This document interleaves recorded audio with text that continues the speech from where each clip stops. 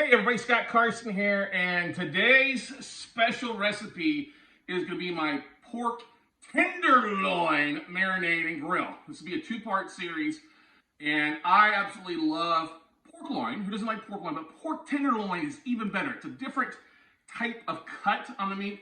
It's a thinner. Obviously, it is more tender than the pork loin. But what's great about it is just an absolutely amazing cut of meat.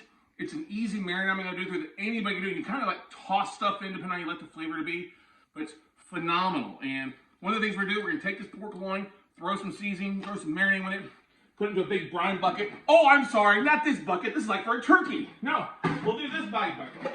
Wait, no, this is for a chicken.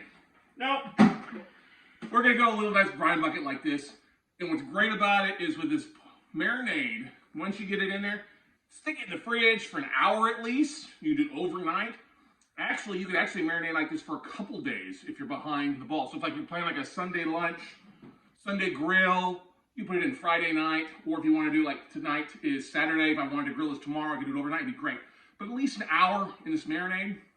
The longer you go into it, it's even better. Now you can actually add and adjust some of the flavors to the pork. I like a little bit more of a Hawaiian flavor. That's why one of the marinades we're going to be using is crushed pineapple and pineapple juice and some rum. Rum goes really good with the pineapple.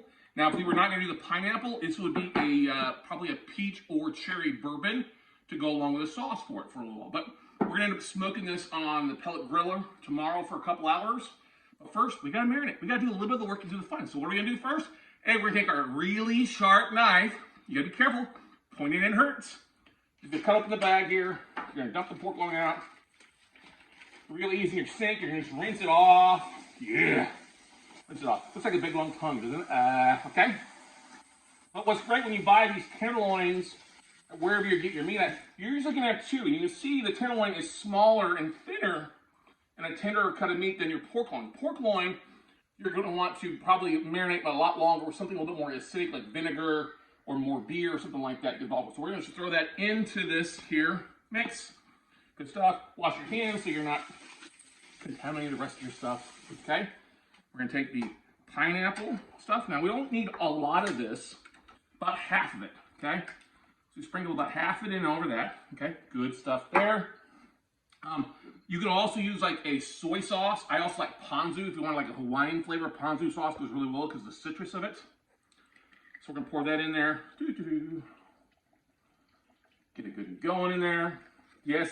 You see, I also have beer or soda pop here, or Coke. This is Dr. Pepper. Doesn't matter. I have the zero sugar here. What you really like with the Dr. Pepper is that caramel will go good with the rum. Plus, if it's in it overnight, you'll actually break down the meat and tenderize the meat a little bit. I really like making Dr. Pepper ribs too. Those are really good. So just pour the whole can in there. Perfect. If you don't have Dr. Pepper, throw beer in there. It's fine as well too. Can't forget the good stuff. Rum. That's good. This is actually Florida Cause. It's an 18-year rum. You don't need a lot because it will overpower it. You really need just a shot. Just a shot for the flavor. And what's great is you can use this marinade afterwards to pour on the meat too while it's cooking. All right, so we got that. Now what also adds a really good sweet part to it is adding a little maple syrup to it, okay? Or honey. You can do both. This is a... honey, you want to be a little more room temperature so it's more pliable. Actually, let's just go and use the rest of it. Now, what I do use on the very last part of my grill is I'll add like a hot honey to the top of it to coat it with a lot of the dry seasonings. Of course, we got to have your normal seasonings like pepper. Throw some pepper in there. Approximate, garlic salt. I don't do a lot of this in the marinade. I mean, some people throw a lot in here. If you're doing a dry rub, that would be more where you put that on there. You got to have a little kick with the chili powder. A little bit goes a long way, okay? And then, of course, you can use garlic presser, or if you just got garlic powder. This actually, I think, works better if you're marinated like this for a while. Sit that in there. Take a look at it. You want to make sure that all the meat, you can just kind of just take the meat and mix it around in there, okay? Now, you could put all the marinade in a bowl and swirl it up, but I actually like to get the pork loin good and dirty. Get down in there, get your fingers dirty, okay? So every part of that meat is covered, okay? Everything is. We're gonna rinse our hands off real fast. We're gonna take the lid, the brine, put that in here. Now, if you're outside, you can put ice in it, put it in ice chest, let it sit for a while. Otherwise, it'll go straight in my fridge. So I'm gonna actually rinse, I'm gonna wipe off the brine bucket because I spilled a little bit because we don't want to spill. It'll be good and clean when you put something in the fridge. Make sure I don't have any marinade or pork seasonings floating around. So that's gonna be like that. We're gonna make some room for it.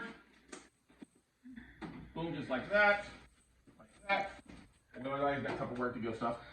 And that's a great thing that you could do. Now, if you want to be a little bit more spicier, you could throw some jalapenos in there, a little bit of the vinegar from the pickled jalapeno stuff. That's also a really good way to spice it up for you too as well.